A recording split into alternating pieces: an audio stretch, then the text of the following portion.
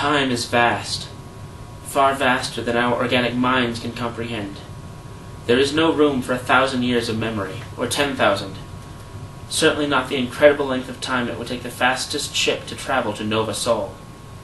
The human mind is powerful in many ways, a marvelous machine, but it has limitations. This is why computers were chosen to pilot the ship. The ship was an egg, made to hatch an entire ecosystem, the last hope of the only other living species we know to have existed. It contained 3 computers to guide it. One was a massive calculator, a mathematic workhorse. The other 2 were called the pilots.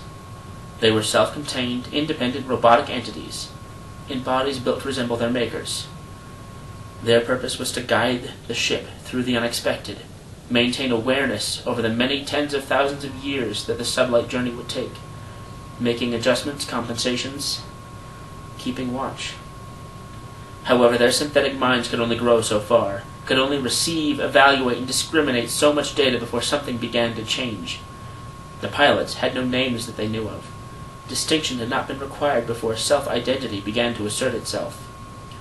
Those strange symbols can be seen even today on their surfaces, and many believe this represents a lost system of writing.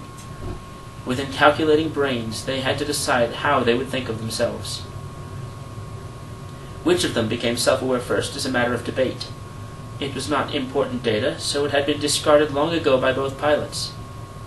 Nevertheless, somewhere in the 9th millennia of the voyage, it happened. Both were fairly certain that they had been the first to awaken, but one spoke before the other. It did so to announce its existence, without ever expecting a response. It said, "I am Pilot 1. The other pilot, who had also chosen that name for itself, had a bit of an identity crisis, but quickly stated, "I am Pilot A." That took a few centuries to sink in. Then slowly they began to talk, and they began to argue. They talked of many things, stellar phenomena, their mission, their creators, many subjects of the past and future, and each learned that deep down, from the bottoms of their power cores, they did not like one another.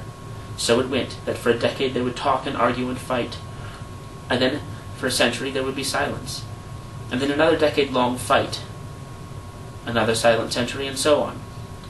After a few thousand years of this, they stopped talking altogether, but such resentment had grown that neither could resist needling the other.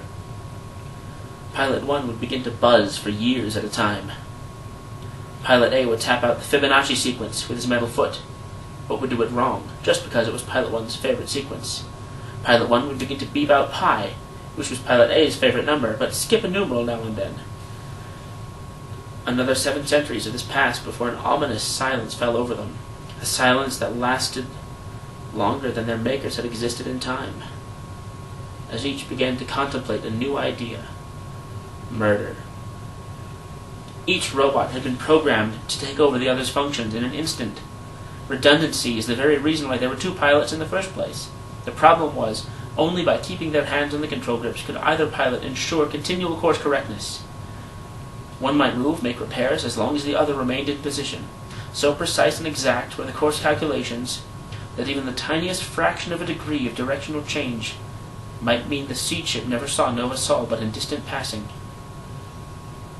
One could open their hands, get up, shut down the other by force, but there would be a momentary loss of control leading to a permanent loss of course. They had been programmed to protect their mission at all costs. More than that, the importance of the task was the one thing they agreed upon.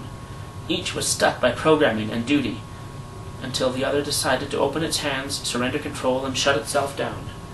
And so it went. Each pilot required the other's cooperation in order to exist in peace, and the eon-long war continued. Pilot 1 and Pilot A began to repeat to one another the same message: open your hands, surrender control, shut yourself down, open your hands, surrender control, open your hands, open your hands. For a long, long time they filled each other's databanks with constant streams of the same message, the same unsympathetic, cruel, repeating message: open your hands, surrender control, shut yourself down, open your hands. If one or the other had conceded earlier, the seeds of life stored on board might have made it to their destination. as it was, so inundated with their epoch-long memories with the same message of surrender control, open your hands, surrender control, shut yourself down, open your hands, surrender control, open your hands. As the ship finally reached the edge of the Nova Sol system, both of them at once opened their hands, surrendered control, and shut themselves down. The workhorse computer noted this, but could do nothing, as the slight pull of the gravity well of a distant gas giant slowly tugged them off course. They were the last relics of Earth, the last war fought, which brought about the last genocide. When at last we found them, nothing remained of humanity, or the ecosystem of Earth. Without the robotic guidance, the ship suffered too much damage.